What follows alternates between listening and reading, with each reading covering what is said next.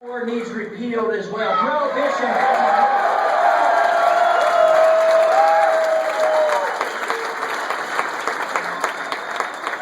You know, there was an experiment early part of the last century, and that was the prohibition of alcohol. At least back then. Back then, they thought they had to invent the Constitution to put all those prohibitions on people. Now they just do it. But that was a bad experiment, and finally the country woke up and repealed it. And we really need to do that. As a physician and a person in politics, let me tell you, when people are addicted to drugs and have to go out and kill and rob to get that addiction fed, that's a lot. We treat drug addiction a lot different than we treat alcohol addiction. Even that's a drug too, and a deadly drug. You know.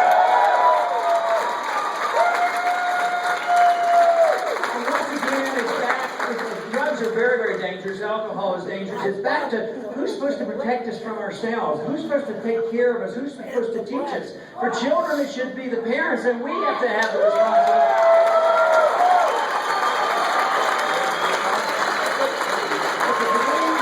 But to believe and accept the notion that bureaucrats and politicians have our best interests at heart, that's a failed policy.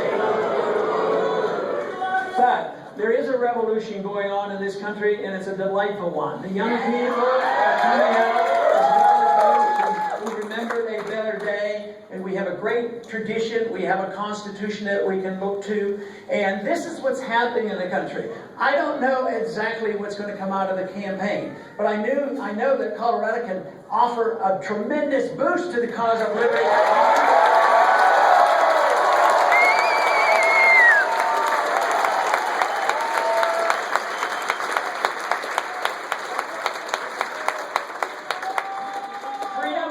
Freedom provides so many answers for us because it's based on tolerance and bringing people together. People come together because they want their freedom, and they're not arguing over how they want to use their freedoms. We don't argue over how you want to practice your religious beliefs or you don't want to practice, but we want religious freedom to bring people together. That's the way it should be with all social, personal issues, to bring people together.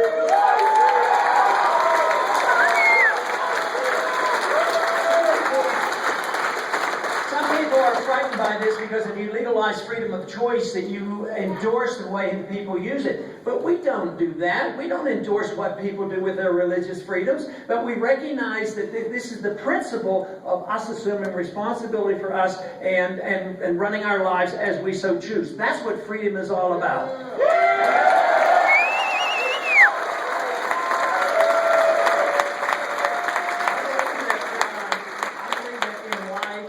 One of our goals ought to be is the seeking of virtue and excellence. When governments get involved in divvying up and passing out excellence and virtue, watch out.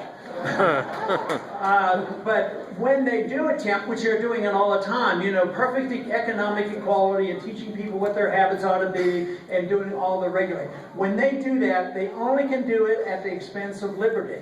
And they expend the liberty, but they accomplish no goals. It's no better than when they try to give everybody a free house. I mean, the results are bad. But today is an opportunity. We're living at a time where this 50, 60, 70, especially since the Depression, this experiment in economic intervention and planning and fiat money, the failure is on the table, it's there, something has to replace it, and I know what we ought to do.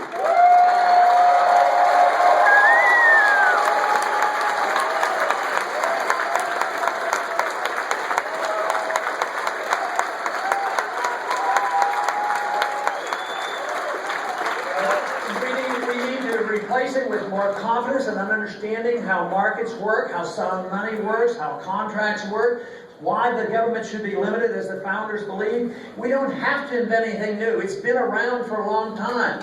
And the greatest experiment has been in the United States. We had the largest, richest free middle class ever.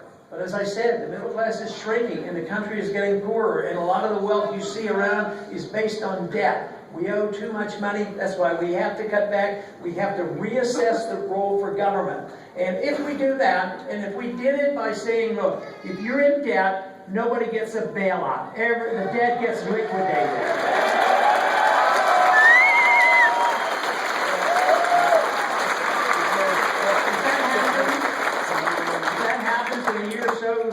corrections that occur, we could all go back on our feet again.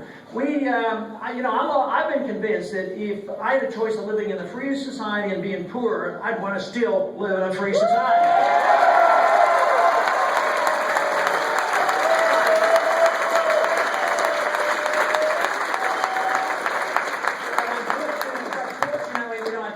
Choice. The freer the society, the more prosperous society is.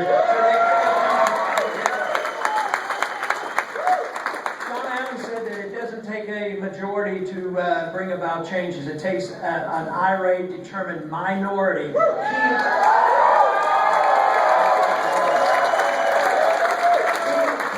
Starting brush fires of liberty in the hearts and minds of men. And that is what's happening. The brush fires are starting. They're appearing everywhere. We can't even count them, and that's the way it should be. It's not top line, it's grassroots up, it's the cause of liberty, and we will prevail. Thank you very much.